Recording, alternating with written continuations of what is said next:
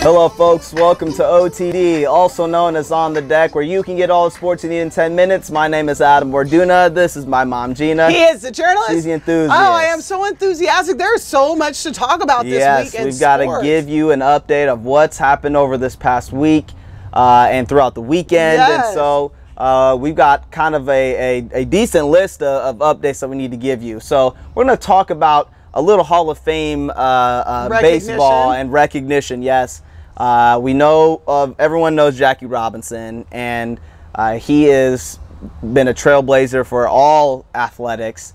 And I know this is an important topic for everyone because Jackie Robinson was a trailblazer. He wasn't just a man that just was someone that was just standing up for what he believed in. He took on a huge challenge, and that's being the first. And when you're the first of a lot of things, you're going through a lot. And especially at the time of where our country was at, being the first African-American to play Major League Baseball. April 13th every year. Everybody wears his number 42. Right, exactly. He means so much to all of us, and we're really thankful for him. I know you want to quickly just speak upon how this has kind of impacted you and everybody for the most part on what happened with him. I'm sorry. The cool update this week is that his wife, Rachel Robinson, was inducted by the Major League Baseball into their National Baseball Hall of Fame.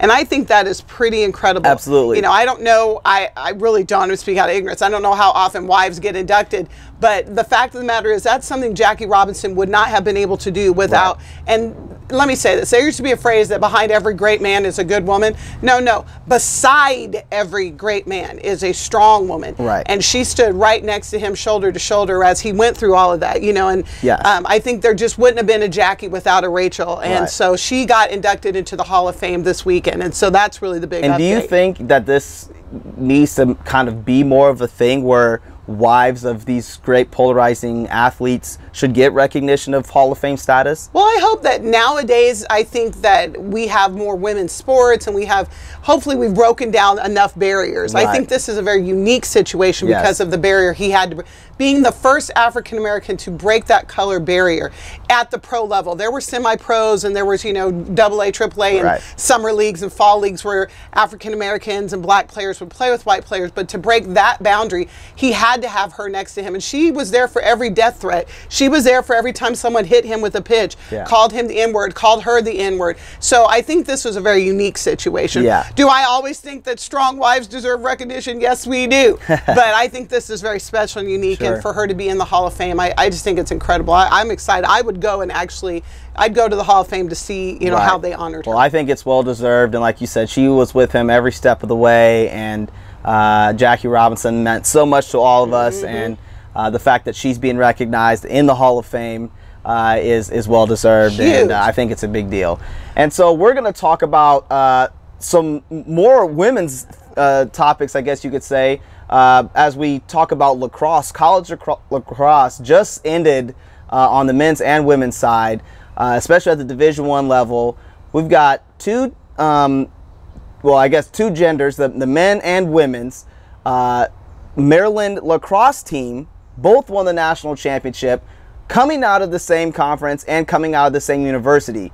For women, women have been playing lacrosse for a long time, and same with the men. And we all know it started back in the days of the Native Americans as a way to be athletic and play, and it really carried on through just through the history books. And it's a big deal. It's a growing sport. It's really big around this area. Yeah, we have a lot of club level lacrosse. It's not varsity level here, but we have a lot of very competitive club level teams. And one of my good friends, he went to Bellarmine University to play. You're talking about Trevor Timmerberg? Trevor Timmerberg, exactly. Go. And so, what's up, Trevor? I respect lacrosse in a lot of ways because you have to be very athletic. It's a team sport. It's a very physical sport. You know they can hit you with those sticks, right? You can get hit just as hard as anyone else can get hit with the stick, with your body. Yes. And so the fact that women's athletics is recognized, especially at the highest level in college, I think is really awesome. And so the fact that you have a university that has two teams, both the men's and the women's, winning a national championship on any sport or at any sport, I think, is really big, and we want to just throw them a bone as they won the national championship. Well, the men beat Ohio State 9-6, and the women took down Boston College 16-13. Right. And now Maryland. Very high scoring. I mean, I don't think since UConn have I seen like the men's basketball and women's basketball. So Correct. this is huge. Yeah, Good job, a couple years Maryland. ago. Yeah, you had the same team or the same school winning the national championship in the same year, which I think is awesome. So kudos to Maryland. And lacrosse is pretty big up there, so that's one of those cool sports. But congratulations to the women and Big Ten and the Big Ten, and so that's awesome. All right, we want to talk about Tiger Woods right now and how he has been in the news for a lot of different things over the last probably 10 years or so, almost 10 years. He has really struggled on and off the golf course. We all know with his infidelity issues with his wife and his family, but then his father passed away, and it was really hard on him to really keep his head on straight. He's had a couple incidences off the golf course which were a little suspect. Well, he just got pulled over for what everyone was suspecting to be DUI just yesterday. Well, it was DUI. He was actually arrested for DUI. Yes. Right, but everyone thought it was for alcohol more than anything else, alcohol related. The full story has actually come out, and he was down there in Jupiter, Florida, where he has a nice establishment down there, and it was 3 a.m. and he gets basically pulled over at the stoplight. Now, I know you have a little bit more information on this. Well, I just let people know what you feel like is really happening here. Well, let me be clear. Me and Tiger are not friends. This is not firsthand, but the police report did come out, and apparently he was asleep at the wheel, and a police officer came up on him and doing their job, quite frankly, because, you know, he could have been dead or passed out or anything. Of course. So they tapped on the window, saw him. He woke up, and they said, "Sir, can you get out of the car?" And he couldn't pass a field sobriety test. Right. So then they asked him to take a breathalyzer, which he did. He blew 0.00, meaning there was zero alcohol in his system. Right. But he had yet another back surgery, and he's on a cadre of pain pills. And he said he got prescribed a new one, and it just interacted with the system weird. And I want to defend Tiger for just a second, because everybody's like, you shouldn't drive if you're on pills. You've had surgeries. You know what the pills do to you. Listen, I'm letting you know, there are certain pills that you take if it's a new prescription.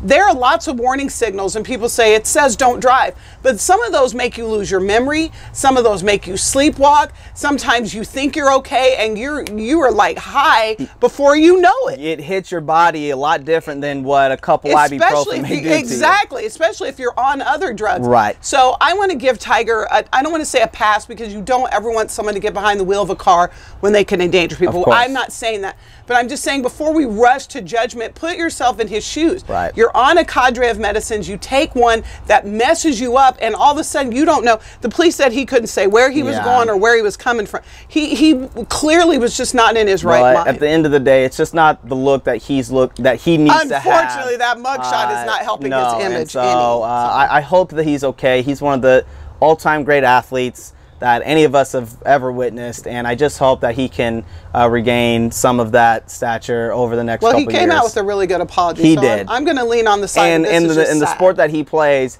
he's not done just because he hit a certain age. Like football, you hit 40, you're a grandpa. In golf, you can be a full-on grandpa and still play. That's true. That's true. He's got years to go. Hopefully he gets himself together. Let's quickly talk about the NHL, as the Stanley Cup has taken place. Game 1 was last night. We've got the Pittsburgh Penguins and the Nashville Predators. That's a really great matchup. I'm excited that these two teams are playing. Two American teams playing in the championship. The Penguins came out fast last night. The Predators came back, and then there was a interesting stat that the Penguins had. What was it? It was like the longest. It was 36 minutes without a strike on goal. I mean, that's just crazy. It was the crazy. First time in Stanley Cup history then that's ever happened. The last 4 minutes they came and swap. Right. So then they win 5-3. Yeah. So it still ended up being a good game, but I think this is just a little bit of insight of how this series will go. It's going to be a really good back and forth matchup, and so the Stanley Cup's going to be awesome to watch this year. And if you're not into hockey, it's like I said, anybody get into the championship series. First of all, Ben Roethlisberger was at the Pittsburgh game yesterday, rousing up the crowd, repping the home team. And if you don't have a team in your hometown, root for Nashville. It's such a great story there. They got a great black player out there, but they're just expansion team. They're a hometown team. Awesome, so. Yeah, so the next game again is in Pittsburgh, but then we'll see how that goes. Right, and then as we close up, we want to talk a little baseball quickly. There's a huge brawl. This was between the San Francisco Giants and the Washington Nationals. Basically, Bryce Harper got hit, and he was not happy about that. Hunter Strickland is a really good pitcher, but they have beef from a couple years ago. Bryce has always been the young Thundercat in baseball. Make baseball fun again. He's been a target by a lot of people. But there's beef between these two. Strickland hit him. Bryce was not feeling that, so they fought at the mound. It was pretty ugly. I shouldn't laugh. It's one of those situations where you just have to say, well, that is a little bit part of the game, so we'll see what happens. But there's a lot more to come, and we're going to be continuing to bring you updates. And it's one of those situations where we're hot, so we're going to go in here for a quick second and wrap it up. And we just want to say we appreciate your time. Continue to subscribe to our YouTube channel. And we want to say we'll see you.